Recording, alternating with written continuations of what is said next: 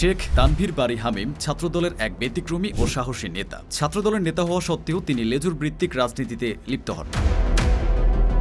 দলমতের ঊর্ধ্বে উঠে সত্যকে সত্য এবং অন্যায়কে অন্যায় হিসেবে প্রকাশ করেন। তিনি সাদাকে সাদা বলেন, কালোকে কালো বলেন এবং দল বা রাজনৈতিক অবস্থানকে তার বাইরে রেখে যে কোনো ভুলকে সমালোচনা করতে দ্বিধা করেন না। উদাহরণস্বরূপ বিএনপির নেতা ফজলুর রহমান ও অতীতে রুমিন ফারহানার কার্যকলাপকে তিনি খোলাখুলি সমালোচনা করেছেন। তার এই স্বতন্ত্রতা এবং টকশোগুলোতে দলের অভ্যন্তরীণ সমালোচনা করার ক্ষমতা তাকে অন্যান্য ছাত্রনেতাদের থেকে আলাদা করেছে। আসন্ন ডাকসু নির্বাচনে তানভীর বারী হামিম ছাত্রদলের প্যানেল থেকে সাধারণ সম্পাদক জিএস পদে লড়াই করছেন। ছাত্রদলের রাজনীতি করার কারণে বিশ্ববিদ্যালয় জীবনের এক পর্যায়ে ক্যাম্পাসে প্রবেশে বাধার সম্মুখীন হলেও তিনি ২০২৪ সালের জুলাই গণঅভ্যুত্থানে সক্রিয় ভূমিকা রেখেছেন।